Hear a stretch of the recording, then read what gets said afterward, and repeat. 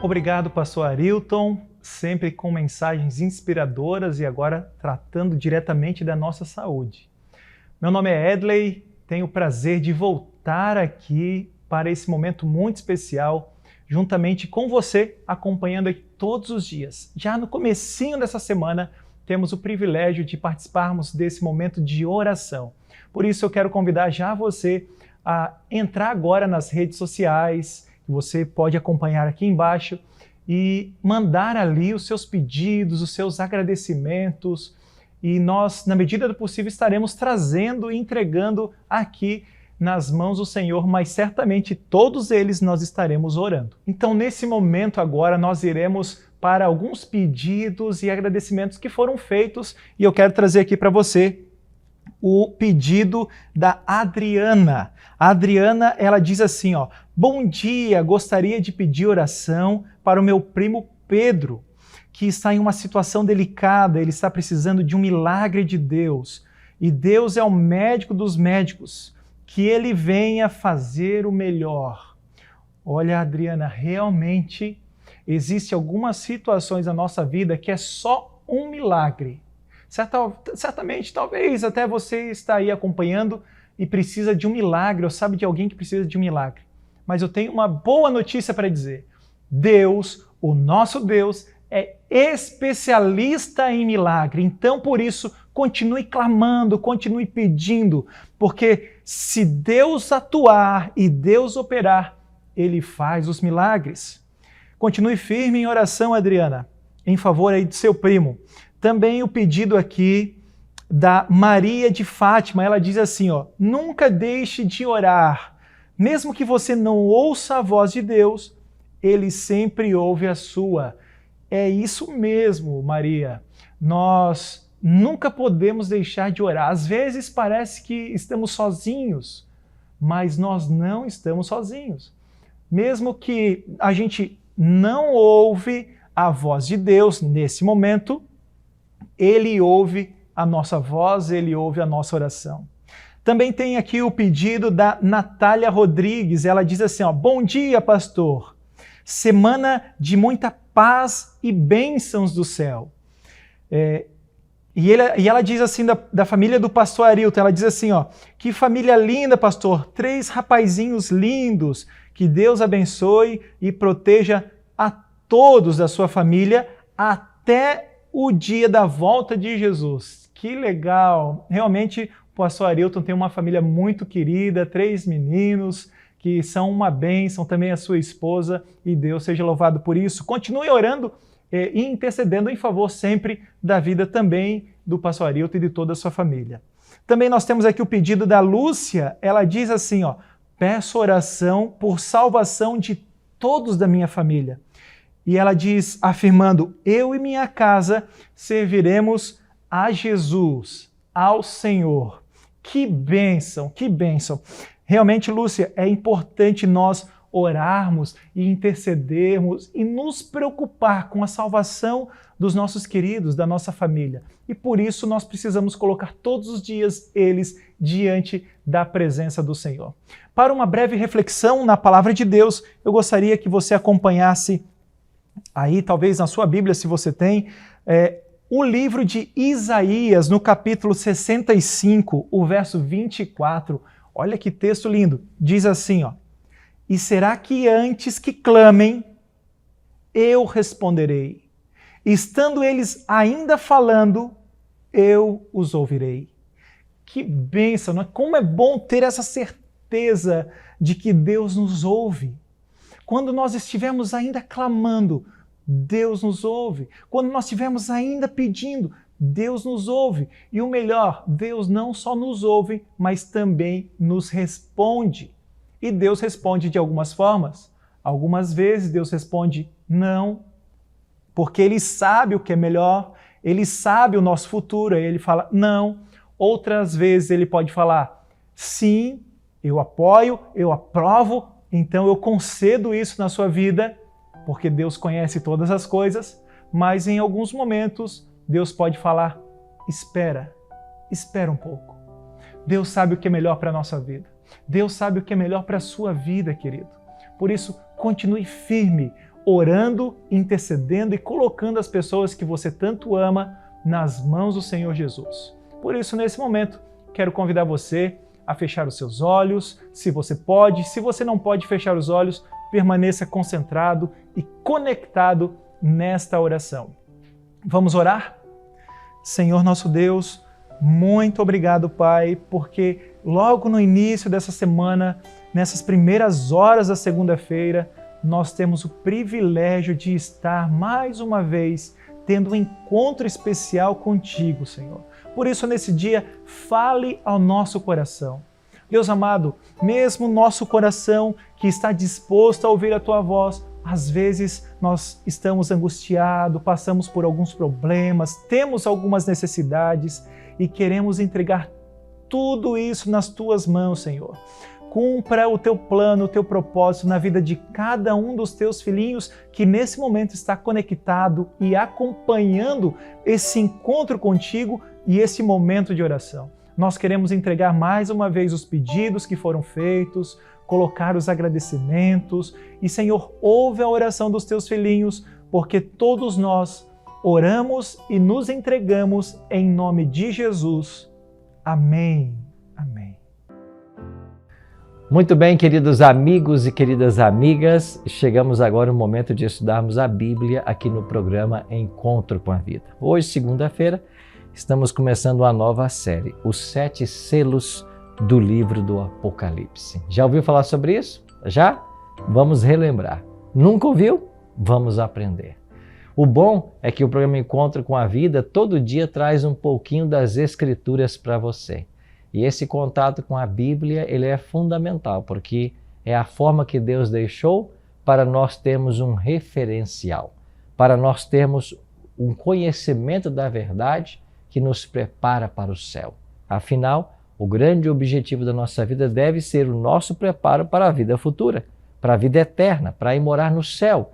É isso que Deus prometeu em Sua palavra e isso tem que estar enraizado em nosso coração. Assim, hoje vamos começar essa série especial. Quero convidar você já a pegar a sua Bíblia, abri-la em Apocalipse capítulo 5 e nós vamos ter a partir de hoje 2 semanas de estudo sobre os 7 selos do Apocalipse. Serão 8 temas e você vai entender por que nós vamos ter um tema a mais daqui para frente. Mas antes de a gente avançar, eu tenho um convite todo especial para você. Todos os domingos e quartas-feiras eu estou estudando as profecias de Daniel presencialmente, com um grupo de amigos. Então, o primeiro convite vai para você que mora na cidade de Porto Belo, aqui em Santa Catarina. Todas as quartas-feiras, às 8 da noite, eu estou aí na cidade de Porto Belo, para ser exato, no bairro Perequê. Todas as quartas, às 8 da noite, estudando as profecias de Daniel. E depois de amanhã, quarta-feira, eu estarei lá, mais uma vez, na rua Olinda Peixoto 611. E você é o meu convidado. Venha, traga a sua família, vamos aprender juntos mais sobre a palavra de Deus. Rua Olinda Peixoto 611, bairro Perequê, Igreja Adventista do bairro Perequê, em Porto Belo. E para você que mora na cidade de Tubarão e cidades vizinhas, o convite é o mesmo, só que no domingo. Todos os domingos, às 8 da noite, a gente se encontra na Igreja Adventista Central de Tubarão. O nosso endereço é Rua Luiz Martins Colasso, 570. A nossa igreja fica ao lado do Colégio Adventista de Tubarão, aí no centro da cidade. E você é o meu convidado. Todos os domingos, 8 da noite, a gente está lá para aprender mais da Palavra de Deus. Hoje, então, começando uma nova série, nós vamos estudar a respeito dos 7 selos do Apocalipse. A minha Bíblia já está aqui para começarmos o nosso estudo. E hoje vamos ter o nosso primeiro tema, que vai falar sobre Deus no trono e a abertura do primeiro selo. Amanhã, o segundo selo, quarta-feira, o terceiro selo e assim por diante. A cada dia vamos estudar a abertura de um selo no livro do Apocalipse. Mas, antes de avançarmos no estudo da Bíblia, como você sabe, nós temos aqui um hábito muito saudável. A gente não começa o estudo da Bíblia sem antes convidar você para fazermos uma oração. E por que fazemos isso? Porque nós precisamos da iluminação do Espírito Santo para compreender aquilo que foi revelado na Escritura. Então, o Espírito Santo é o divino professor que nos auxilia na compreensão da palavra de Deus. Então, quero convidar você para pedirmos mais uma vez a bênção e a presença do Espírito Santo nos ajudando no estudo. Ora comigo. Pai querido, muito obrigado, Senhor, por estarmos reunidos mais uma vez para estudarmos a Tua palavra. Queremos suplicar que o Teu bom e Santo Espírito esteja conosco e que ao abrirmos o Teu livro sagrado, nós possamos compreender a Tua vontade para a nossa vida. Abençoe cada amigo, cada amiga que separou um tempo para estarmos juntos agora, aprendendo mais da Tua vontade. Que o Teu bom e Santo Espírito nos auxilie, nos dê sabedoria e nos faça compreender a mensagem dos selos do Apocalipse. Oramos em nome de Jesus. Amém. Muito obrigado por ter orado comigo. Vamos então para o livro de Apocalipse e nós vamos estudar a partir de agora o capítulo 5, o capítulo 6, o capítulo 7 e um pouquinho do capítulo 8, que são os textos que englobam a temática dessas 2 semanas a respeito dos 7 selos.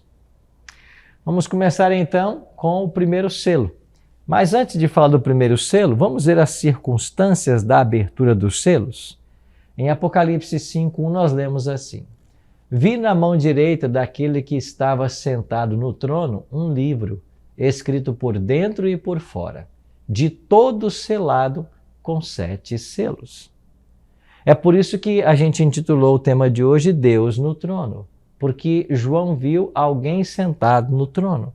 E esse alguém que estava sentado no trono é o próprio Deus, e ele tinha na mão um livro selado com 7 selos.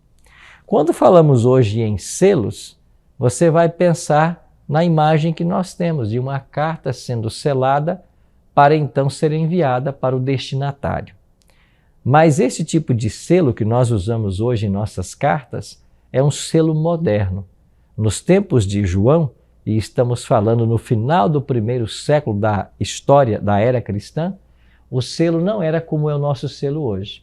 Era um selo diferente. O documento geralmente era um documento enrolado e ali se colocava um selo com um tipo de cera que era aquecida e esse tipo de cera prendia o documento. E para que o documento pudesse ser aberto, os selos deveriam ser rompidos. Pois quando você olha para a abertura dos 7 selos do Apocalipse, essa é a imagem que nós devemos ter em mente.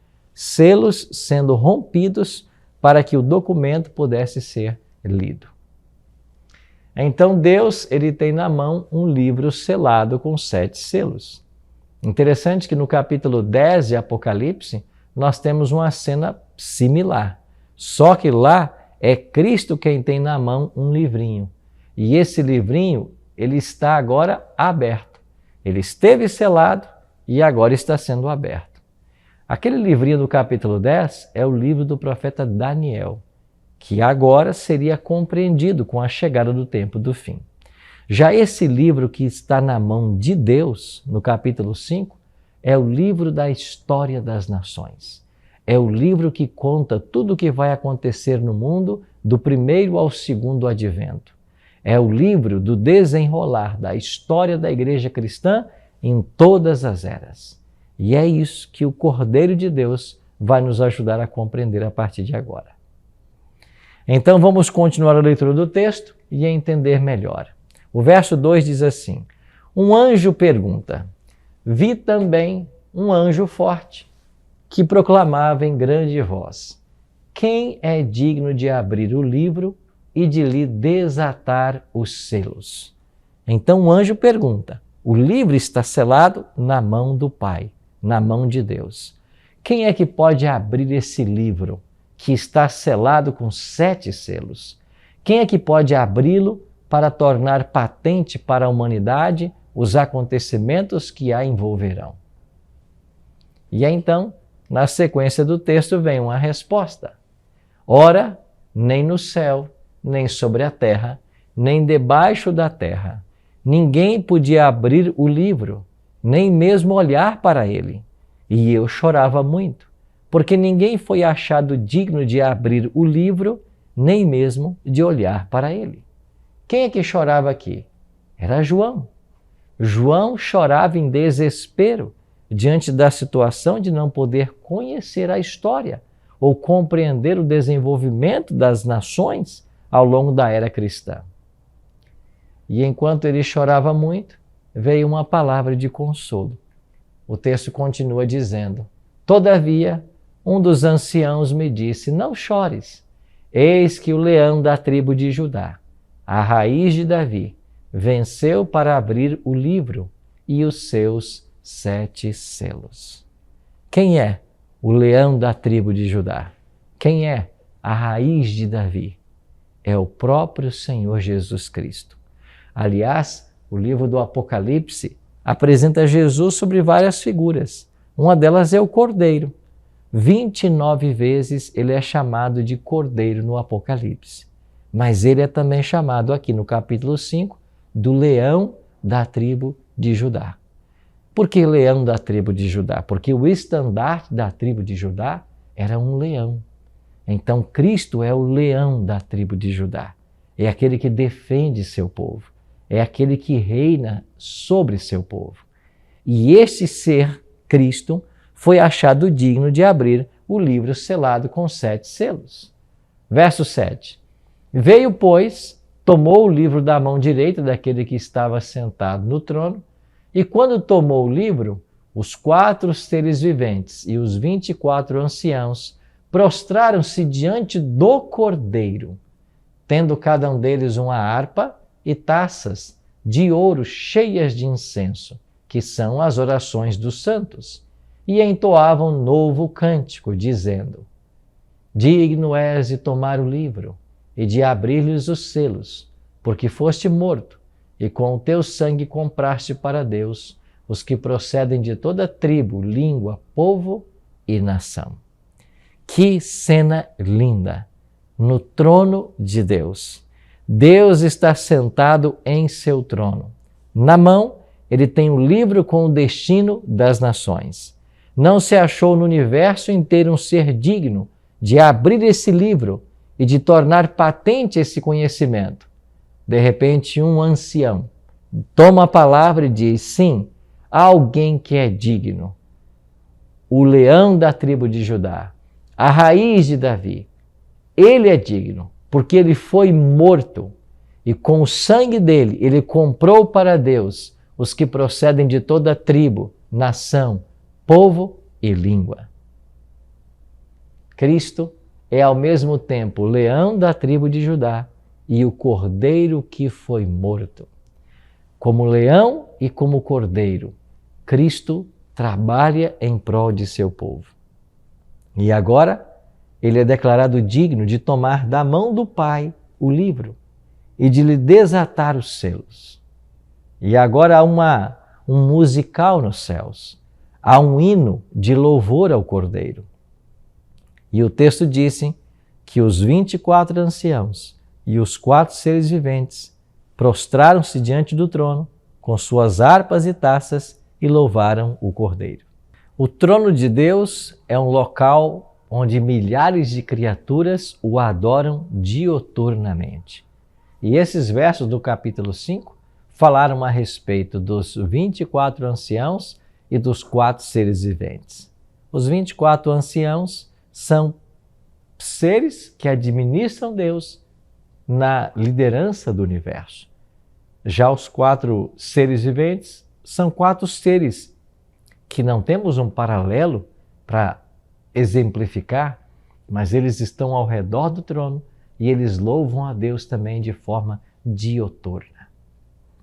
E agora todos louvam ao Cordeiro, porque com a sua morte ele se tornou digno de tomar o livro selado e de abrir os selos. Então Cristo é apresentado nessa passagem como o Cordeiro de Deus, aquele que foi morto e pelo sangue dele ele comprou os que procedem de toda tribo, povo, nação e língua. Jesus Cristo pode abrir o livro selado, porque ele venceu e como vencedor, ele pode desvendar os mistérios para toda a família humana. Então, o Cordeiro abre o primeiro selo. E agora chegamos ao centro da mensagem de hoje. Entramos no capítulo 6. E no verso 2 diz assim: via então, e eis um cavalo branco, e o seu cavaleiro com um arco. E lhe foi dado uma coroa, e ele saiu vencendo e para vencer. Interessante que quando o Cordeiro abre o primeiro selo, vê-se um cavalo branco. E este cavalo branco do primeiro selo está em paralelo com a primeira igreja do Apocalipse. E nós estudamos numa série aqui passada a igreja de Éfeso, que era uma igreja pura.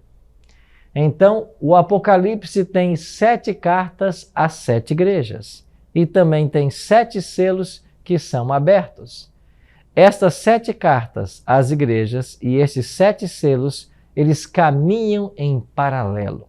E nós vamos relembrar muita coisa do que foi dito na série sobre as 7 igrejas, porque essas séries de 7 são verdades que estão sendo ampliadas. Então, na abertura do primeiro selo, surge um cavaleiro montado em um cavalo branco. Esse branco fala da época de pureza, de vitória, mas também fala de uma época de perseguições. Você está lembrado que o Coliseu Romano, que até hoje está lá em Roma, né? O maior teatro aberto do mundo, ele foi construído ainda no primeiro século. A sua inauguração se deu por volta do ano 80. E nesta inauguração, milhares de cristãos perderam suas vidas. Ali foram sacrificados animais selvagens e também milhares de cristãos foram mortos.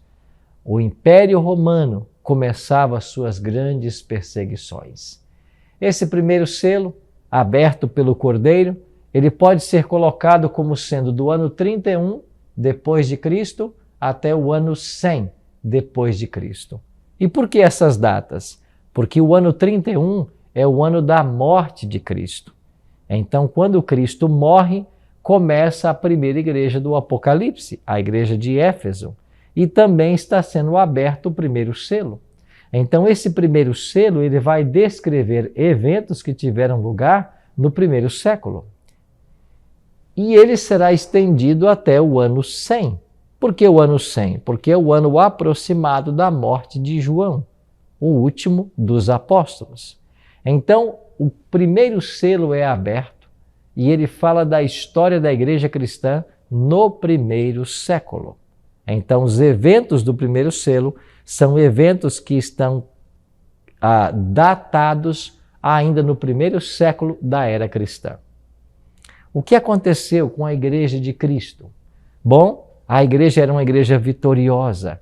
Esse cavalo branco tinha um cavaleiro. O cavaleiro tinha um arco na mão e ele saiu vencendo e para vencer.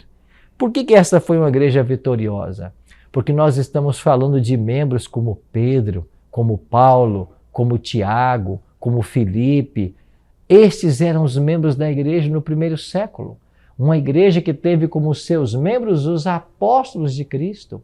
Uma igreja que tinha uma doutrina pura, uma igreja que cresceu de forma maravilhosa, chegando a 6 milhões de membros. Então veja o tamanho desta igreja. Era uma igreja pura, uma igreja fiel à palavra de Deus. Por quê? Porque os colunas da igreja, os apóstolos, ali estavam presentes. E esses apóstolos mantiveram firme a doutrina, a verdade ensinada por Jesus Cristo. O branco desse cavalo, na abertura do primeiro selo, fala de uma igreja pura. E a pureza da igreja se devia à sua fidelidade à palavra de Deus. Não é esse um exemplo hoje que nós devemos copiar como igreja cristã? Não devemos buscar a pureza apostólica? Não devemos buscar conhecer as verdades que a palavra de Deus guarda e revela? Por isso, eu e você temos o privilégio hoje de, como eles, conhecer as verdades da palavra de Deus. Eu e você temos o privilégio de aprofundar nosso conhecimento na Bíblia. e conhecer através dela toda a vontade do Senhor. Então, quando o Cordeiro abre o primeiro selo, vem um cavalo branco, a pureza da igreja cristã desse período. Esse cavalo é cavalgado por um cavaleiro que tem em sua mão um arco, um instrumento de guerra. Ele sai vencendo e para vencer, na batalha contra as forças das trevas, a igreja foi vitoriosa. E por que foi vitoriosa? Porque se manteve fiel àquilo que era ensinado por Jesus Cristo e transmitido pelos apóstolos. Isso nos deve levar hoje a uma reflexão. Não é exatamente isso que acontece hoje? A igreja está perdendo seu poder espiritual, perdendo sua força, justamente por se afastar da palavra de Deus? Você já percebeu que em alguns cultos, algumas igrejas, em alguns cultos, a gente vai para assistir, mas a palavra de Deus nem é aberta? Às vezes nós estamos envolvidos com tantas atividades distintas que a Bíblia, que deveria ser o grande objeto do estudo, acaba ficando de lado. Eu me lembro que outro dia eu estava em São Paulo e num domingo pela manhã eu quis ir conhecer uma outra igreja, cultuar juntos lá. E depois de entrar numa grande igreja com capacidade para milhares de pessoas, ouvir pregações que duraram quase 1 hora, eu saí daquela igreja percebendo uma coisa. Naquela pregação que durou quase 1 hora, a Bíblia não foi aberta. A palavra de Deus não foi estudada. E quando terminou aquele culto, naquele domingo pela manhã, e todos nós saímos da igreja, ao ver aquelas milhares de pessoas descendo as escadarias daquele imponente templo, me veio uma mensagem ensinada por Jesus Cristo. Uma fala do Cristo certa ocasião, quando ele disse: ovelhas que não têm pastor. Isso mesmo, ovelhas que não têm pastor. Será que eu estou falando para um pastor agora, para um líder religioso? Você tem a responsabilidade de conduzir espiritualmente uma igreja? Você tem sido negligente com o estudo da Bíblia? Você tem sido negligente com a sua dedicação ao conhecimento da palavra para depois transmitir esse conhecimento às ovelhas a quem o Senhor te confiou? Será que eu estou falando para um membro que tem percebido que há décadas frequenta uma igreja, mas não conhece quase nada da Bíblia? Porque na igreja a Bíblia não está sendo ensinada. Será que aqui no programa a gente começa a falar algumas coisas, apresentar algumas verdades, algumas doutrinas que você ouve pela primeira vez aqui no programa, mesmo estando dentro de uma igreja há décadas? Isso é um motivo de reflexão. Nós temos que refletir. Sabe por quê? Porque nós não podemos delegar a nossa salvação para nenhuma outra pessoa. Nós não podemos entregar à mercê de outros o nosso destino eterno. Nós temos que cuidar disso. É por isso que a palavra de Deus enaltece quando fala dos bereanos no livro de Atos. Lá são mencionadas 2 igrejas, os cristãos de Bereia e os cristãos de Tessalônica. E a palavra de Deus diz no livro de Atos de que os cristãos de Bereia eram mais nobres que os de Tessalônica, porque eles receberam uma palavra com toda a avidez e eles investigaram para saber se de fato as coisas eram assim. Essa deve ser a sua postura. Você deve investigar para saber se de fato as coisas são assim, se o que está sendo ensinado é bíblico, se é verdade ou não. Nós não podemos ficar à mercê de conhecimento de outrem, apenas ou acreditar no que ouvimos, sem investigar para saber se na Bíblia é de fato assim. Então, esta pureza que marcou a abertura do primeiro selo fala de uma igreja vitoriosa que amava a palavra de Deus e que evangelizou o mundo de então. O livro de Atos diz que no dia de Pentecostes, Atos capítulo 2, depois que os discípulos receberam o dom do Espírito Santo e pregaram nas línguas das pessoas que ali estavam, 3.000 foram batizadas apenas naquele dia. Esse número cresceu em seguida para 5.000 e depois falamos em 6 milhões. Ou seja, a igreja cresceu e se alastrou de forma extraordinária pelo mundo inteiro. É por isso que Paulo, em Colossenses 1:23, vai declarar que o evangelho foi pregado a toda criatura debaixo do céu em seus dias. E ele diz, dos quais eu, Paulo, tornei-me ministro. A palavra foi pregada. Paulo foi decapitado no ano 67. Isso quer dizer que antes que chegasse a destruição de Jerusalém, o mundo havia sido evangelizado. E por que o foi? Porque na abertura do primeiro selo, viu-se um cavaleiro branco, uma pureza doutrinária, viu-se um guerreiro com um arco e flecha nas mãos, batalhando as batalhas do evangelho, viu-se uma igreja vitoriosa, que disseminou a palavra de Deus e o mundo inteiro foi evangelizado. E se cumpriu parcialmente aquilo que Jesus havia ensinado em Mateus 24:14, quando ele declarou: e será pregado este evangelho do reino por todo o mundo, para testemunho a todas as nações, então virá o fim. E o fim veio. Para esta primeira geração do primeiro século, o fim foi a destruição da cidade de Jerusalém no ano 70. Por ordem do general Tito, general romano. Então o evangelho foi pregado e o fim veio na destruição de Jerusalém. Agora esta profecia de Mateus 24:14 terá um duplo cumprimento. O evangelho voltará a ser pregado em nossos dias e então o fim virá. Só que agora, a volta de Cristo para dar fim ao pecado e ao seu originador. É por isso, meu amigo, minha amiga, que a atitude mais sábia que nós podemos tomar hoje é nos colocarmos inteiramente nas mãos do Senhor, para que Ele nos ajude em nossa caminhada. O primeiro selo foi aberto. Eventos foram mostrados a João, eventos que haviam acontecido, porque estamos falando do final do primeiro século, quando o livro está sendo escrito. É mais uma retrospectiva histórica. E João pôde comprovar por essas visões que aquilo de fato havia acontecido. E agora, quando abre-se o primeiro selo, nós temos que aprender com a igreja de Éfeso a sermos uma igreja também vitoriosa. E a nossa vitória repousa exclusivamente em Jesus Cristo. Enquanto formos dependentes dele, andarmos com ele, nossa vitória na vida espiritual será certa.